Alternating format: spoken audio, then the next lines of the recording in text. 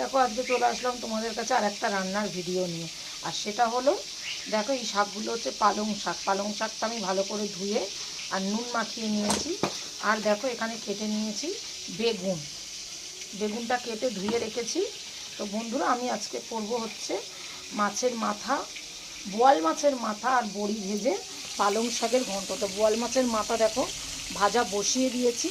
এখানেও আমি বড়িটা ভেজে তুলে রেখেছি আর বোয়াল মাছের কিছুটা মাথা ভেজে নিয়েছি। আর বড়িটা ভেজে আমি গুঁড়ো করে নিয়েছি। তোমরা চাইলে গোটাও দিতে পারো, কিন্তু আমার গুঁড়ো করে দিলে পরে পুরো শাকে মিশে যাবে, সেটাই আমার বেশি ভালো লাগে। তো আমি এইভাবে তোমরাও তো নিশ্চয়ই মাছের মাথা দিয়ে তো অবশ্যই পালং শাকের ঘন্ট খেয়ে থাকো। তবে আমি কিভাবে বানাই, তৈরি করি আর কি, সেটাই তোমাদের সঙ্গে শেয়ার করলাম। এইভাবে দারুণ লাগে, অসাধারণ লাগে শীতকালে পালং শাকের ঘন্ট বোয়াল মাছের মাথা দিয়ে খেতে। দেখো শাকের থেকে কতটা জল বেরিয়েছি, ঢাকা দিয়েছিলাম যে শাকে, কিন্তু কোনো রকম জল দিইনি, শাকের থেকে জল বেরিয়েছে। এই যে এইবার আর ঢাকা দেবো না, যেহেতু শাক থেকে জল বেরিয়ে গেছে। একটু এখন গ্যাসের আঁচটাও জোরে করে দেবো। এতক্ষণ মিডিয়াম আঁচে রেখেছিলাম। তো চলো শাকটা হতে থাকুক, তোমাদের তারপর দেখাচ্ছি। দেখো এইবার শাকটার মধ্যে একটুখানি আটা ছড়িয়ে দিলাম। তোমরা চাইলে ময়দা বা চালের গুঁড়ো থাকলেও দিতে পারো, কিন্তু দিতেই হবে বন্ধুরা, নাহলে কিন্তু জিনিসটা স্বাদই উঠবে না। এরকম জল গড়ানো থাকলে শাকটা যত ভাজা ভাজা হবে। আবার এই যে আটার গুঁড়োটা ছড়ানোর পরে আবার আমি এখন গ্যাসটাকে সিম আঁচ করবো, করে শাকটাকে একটু ভাজা ভাজা করব, মানে তলায় চাচি চাচি পড়বে, তবেই কিন্তু খেতে টেস্ট হবে।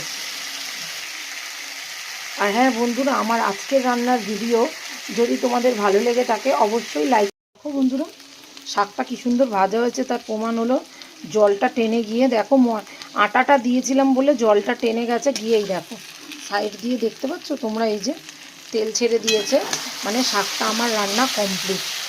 অসাধারণ খেতে হয় পেঁয়াজ রসুন ছাড়া বোয়াল মাছের মাথা দিয়ে পালং শাকের ঘন্ট, দুর্দান্ত খেতে হয়। আর মাছ বা ঢাই মাছ, ভেটকি মাছ, কাতলা মাছ, যে মাছের মাথা দিয়েই করি না কেন আমরা পেঁয়াজ রসুন দিই না, মানে পালং শাকের ঘন্টে। দেখো তলায় চাচি পড়ছে, অথচ কড়াতে লেগে থাকছে না। পুরো নাড়ু হয়ে গেলে, পাক হয়ে গেলে যেমন কড়ার গায়ে লেগে থাকে না, শাকও সেরকমভাবেই নাড়াতে হবে। যত বেশি এরকম সুন্দর করে নাড়াবে, মানে ভাজা হবে শাকটা, তত বেশি টেস্টি হবে খেতে। দেখতেই পাচ্ছ তোমরা যে একটুও কড়ার গায়ে লেগে নেই। আর মিনিট খানিক মতো